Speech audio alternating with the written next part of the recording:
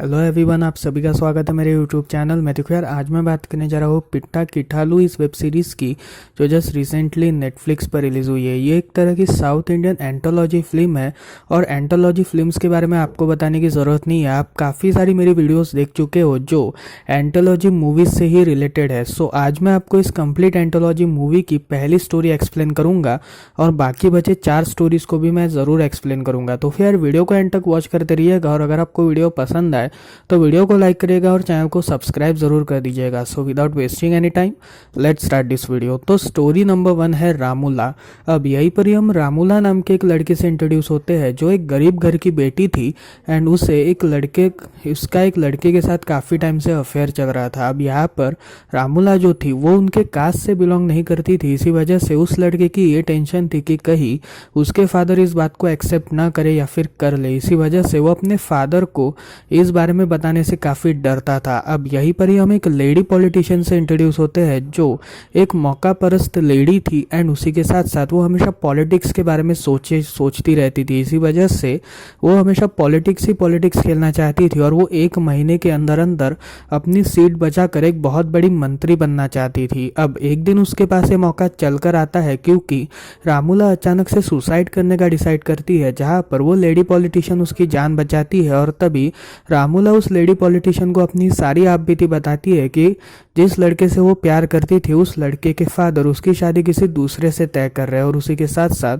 वो उसे अपनी कुछ पर्सनल बातें भी बताती है कि कैसे उन दोनों के बीच इंटीमेशन हुई है। अब यहाँ पर वो लेडी पॉलिटिशियन से ये प्रॉमिस करती है कि वो उस लड़के का एक्चुअल फेस सबके सामने लाकर ही छोड़ेगी। अब यहाँ पर रामूला इस बात को मान लेती है, जिसके बाद हम ये देखते हैं कि जिस लड़के के साथ उसका अफेयर था वो लड़का अपने पेरेंट्स से लड़ता है और कहता है कि मैं रामूला नाम के एक लड़की को डेट कर रहा हूँ, इसी वजह से आपका कोई अधिकार नहीं है मेरी किसी और से शादी करवाने का। इसी वजह से वो रामूला को इस बारे में बताता है और तभी रामूला उस लेडी पॉलिटिशियन को कॉल कर सारी बातें सॉर्ट आउट होने के बाद बताती है, जहाँ पर वो लेडी पॉलिटिशियन फिर भी एक मौका परस्त थी। इसी वजह से वो मौके का फ़ायदा उठाकर मीडिया के सामने रामूला के आशिक का एक्चुअल फेस यानी जो उनके इंटीमेट वीडियोस थे वो सामने लाती है। अब यहाँ पर इस इंटीमेट वीडियोस की वजह से रामूला की काफ़ी इज्जत डाउन हो चुकी थी। इसी वजह से वो वापस सुसाइड अटेम्प्ट करती है और यहीं पर ही इस कंप्लीट एंथोलॉजी फिल्म की पहली स्टोरी खत्म होती है।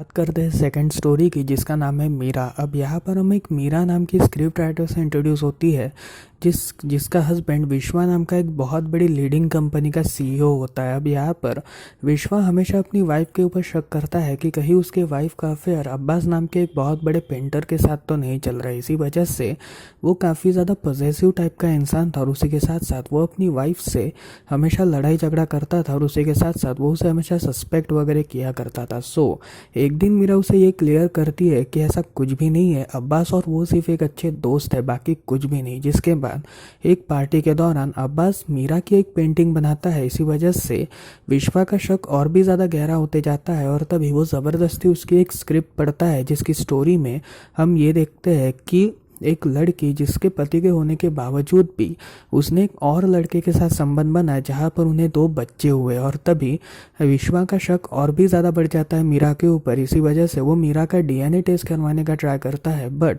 मीरा इज़ रिफ्यूज्ड, जिसके बाद विश्वा और भी ज़्यादा गुस्सैल हो जाता है और उसी के साथ साथ वो धीरे धीरे मीरा और अब्बास के रिलेशनशिप के ऊपर शक करना स्टार्ट करता है कि कहीं इनका रिलेशनशिप दोस्ती से ऊपर तो नहीं है। एक दिन मीरा उसे ये सारी बातें बताती है कि ऐसा कुछ भी नहीं है, वो सिर्फ विश्वा से प्यार करती है बट विश्वा इन सभी चीज़ों को नहीं मानता और एक दिन नशे की हालत में वो अब्बास के घर पर जाकर अब्बास को पूरी तरीके से मारता है, जिसके बाद उसे कस्टडी में लिया जाता है। अब यहाँ पर कस्टडी में लेने के बाद सभी से पूछताछ करी जाती है, जिसमें सभी लोग विश्वा के अगेंस्ट बात कर रहे थे और यहीं पर ही विश्वा को 7 साल की सज़ा सुनाई जाती है टू बीटिंग अब्बास। जिसके बाद हमें ये बात पता चलती है कि ये सब मीरा का प्लान था। एक्चुअली विश्वा उसके साथ हमेशा ज़ोर ज़बरदस्ती करता था और उसी के साथ साथ वो हमेशा उसकी कभी भी नहीं सुनता था। इसी वजह से उसने उससे बदला लेने के लिए ये सारा प्लान रचा था और उसने ऐसा डिज़ाइन किया था कि उसका और अब्बास के बीच अफेयर चल रहा है बट रियलिटी में अब्बास एक गे है और बल्कि कुछ भी नहीं।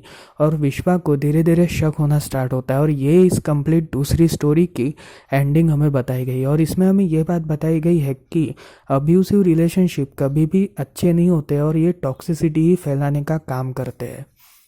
दूसरी स्टोरी में हम विक्रम नाम के एक साइंटिस्ट से इंट्रोड्यूस होते हैं जिसने एक नई एआई टेक्नोलॉजी ईजाद करी थी और इस एआई टेक्नोलॉजी के अनुसार वो किसी को भी अपने पावर में, किसी को भी अपने वश में कर सकता था और उसे एक अलग लेवल की दुनिया में भेज सकता था, जिसके बाद इस कंप्लीट एआई सिस्टम को पूरी दुनिया भर में बेचा गया। अब यहाँ पर हम ये देखते हैं कि विक्रम की लव लाइफ काफ़ी लोनली थी एंड वो काफ़ी लोनली लाइफ जी रहा था। एक्चुअली उसके फादर काफ़ी एब्यूजिव थे जो उसके मदर के साथ हमेशा डोमेस्टिक वायलेंस करते थे और एक दिन उसके फादर ने उसकी मदर को मार डाला था। इसी वजह से उसके फादर को जेल में भेज दिया गया था और इस बात का असर विक्रम के ऊपर इतना तेजी से हुआ कि उसने तभी से रिलेशनशिप का नाम सुनते ही अपने कान पकड़ लिए थे और उसने किसी को भी रिलेशनशिप में आने नहीं दिया अपनी पावर का यूज़ करके। अब एक दिन उसकी मुलाकात क्रांति नाम के एक नौकरानी से होती है जो एक कुक थी एंड विक्रम धीरे धीरे उसके ऊपर क्रश खा रहा था, जिसके बाद वो क्रांति का मेकओवर करने का ट्राई करता है और तभी वो क्रांति को भी मैनिपुलेट करने का ट्राई करता है अपनी पावर का यूज़ करके। जिसके बाद क्रांति जो थी वो धीरे धीरे अब विक्रम से प्यार करना स्टार्ट कर रही थी और इन दोनों के बीच रिलेशनशिप पैदा हो चुका था। अब एक दिन वो देखता है कि ये जो उसका क्लाइंट है वो क्रांति के साथ थोड़ी बदतमीजी से पेश आ रहा है। इसी वजह से क्रांति सुसाइड करने की कोशिश कर रही है और तभी विक्रम उसे आके रोक लेता है, जिसके बाद वो उसे किस करती है और यहीं पर ही विक्रम उसे अपने लैब में ले जाता है जिसमें वो बताता है कि सभी लोगों की पावर को मैंने एक स्टोरेज रूम में स्टोर करके रखा है और वो स्टोरेज रूम में उसे लेकर जाता है, जहाँ पर अचानक से क्रांति जो थी वो उसके ऊपर एक चिप लगाती है और उसे कहती है कि तुमने कभी प्यार नहीं किया लेकिन तुमने किसी को प्यार करने भी नहीं दिया, इसी वजह से मैं तुमसे तुम्हारी सारी ताकतें छीन रही हूँ और उन लोगों को उनकी सारी ताकतें दे रही हूँ जिससे तुम कंट्रोल कर रहे हो। जिसके बाद वो एक डिटोरेशन सेंट वो विक्रम को हमेशा के लिए मिटा देती है और उसी के साथ साथ उसके प्रोग्राम को भी सेल्फ डिस्ट्रक्ट कर देती है, जिसकी वजह से जितने भी लोग थे वो अब प्यार कर पा रहे थे और नेचर का एक्चुअल मजा ले पा रहे थे। और यहीं पर ही इसकी तीसरी स्टोरी खत्म होती है। चौथे कहानी की शुरुआत में हम इंदू नाम की एक हाउसवाइफ से इंट्रोड्यूस होते हैं जो एक काफ़ी अच्छी हाउसवाइफ थी और उसका और उसके हस्बैंड के बीच का रिलेशनशिप काफ़ी अच्छी तरीके से चल रहा था। लेकिन इंदू को धीरे धीरे उसके हस्बैंड के ऊपर शक होना स्टार्ट हो चुका था क्योंकि उसका हस्बैंड उससे बात नहीं करता था और उसी के साथ साथ वो हमेशा अपने लैपटॉप से चिपका हुआ रहता था। इसी वजह से उसे ऐसा शक था कि शायद से उसके हस्बैंड का किसी और के साथ अफेयर चल रहा है, बट वो इससे ज़्यादा ओवरथिंक कर रही थी। इसी वजह से वो इस बात को छोड़ देती है और अपने काम धंधे में लग जाती है। जिसके बाद उसे एक कंपनी में एक बहुत बढ़िया पोस्ट मिलती है, जहाँ पर जब उसका हस्बैंड इस पोस्ट के बारे में पढ़ता है तब वो उसे ये करने से मना कर देता है, लेकिन यहाँ पर इंदू के जिद के आड़े उसे इस बात को एक्सेप्ट करना ही पड़ता है। सो यहाँ पर हम ये देखते हैं कि इंदू धीरे धीरे ऑफिस जाना स्टार्ट कर चुकी थी और यहीं पर ही उसकी मुलाकात डॉक्टर पद्मा एंड उसके हस्बैंड से होती है, जिसमें उसके हस्बैंड वहाँ के एक बहुत बड़े अधिकारी थे एंड वो और इंदू एक साथ एक प्रोजेक्ट पर काम कर रहे थे और तभी मतलब वो कलीग थे एंड इंदू और वो एक प्रोजेक्ट पर काम कर रहे थे। जिसके बाद इंदू एक दिन उन्हें अपने घर पर इनवाइट करती है, जहाँ पर घर पे जाने के बाद हमें ये बात पता चलती है कि इंदू के हस्बैंड एंड उसी के साथ साथ डॉक्टर पद्मा, इन दोनों के बीच में अफेयर चल रहा है और ये काफ़ी टाइम से अफेयर चल रहा था। जहाँ पर डॉक्टर पद्मा समय पाकर इंदू के हस्बैंड से मुलाकात करती है और इंदू के हस्बैंड को वो ये कहती है कि तुम इंदू के साथ बिल्कुल भी खुश नहीं रह सकते, ये बात मैं अच्छी तरीके से जानती हूँ। जिसके बाद वो उन्हें गले लगाती है और यहाँ पर इंदू और डॉक्टर पद्मा के हस्बैंड ये सारा दृश्य देख चुके थे। जिसके बाद इंदू को ये बात पता चल चुकी थी कि उसका हस्बैंड का अफेयर एक्चुअल में चल रहा था और वो उसके कलीग के वाइफ के साथ ही चल रहा था। इसी वजह से इंदू काफ़ी रोना स्टार्ट कर चुकी थी और यहीं पर ही उसने डिवोर्स की मांग कर दी थी। जिसके बाद इसकी जो आखिरी कहानी है वो भी ख़त्म हो जाती है। तो फिर यार ये जो कंप्लीट एंथोलॉजी फिल्म है ये एक तरह की लव लाइफ टाइप की फिल्म है। इसी वजह से आप सभी इसे काफ़ी जल्दी ख़त्म कर दोगे और ये आधे घंटे के है। इसी वजह से आप सभी को ये एंथोलॉजी फिल्म ज़रूर एक बार वॉच कर लेनी चाहिए। सो आपको मेरी वीडियो कैसी लगी मुझे कमेंट सेक्शन में ज़रूर बताइएगा और अगर आपको वीडियो पसंद आए तो वीडियो को लाइक करिएगा और चैनल को सब्सक्राइब ज़रूर कर दीजिएगा। सो मिलता है अगली वीडियो में, तब तक के लिए बाय बाय।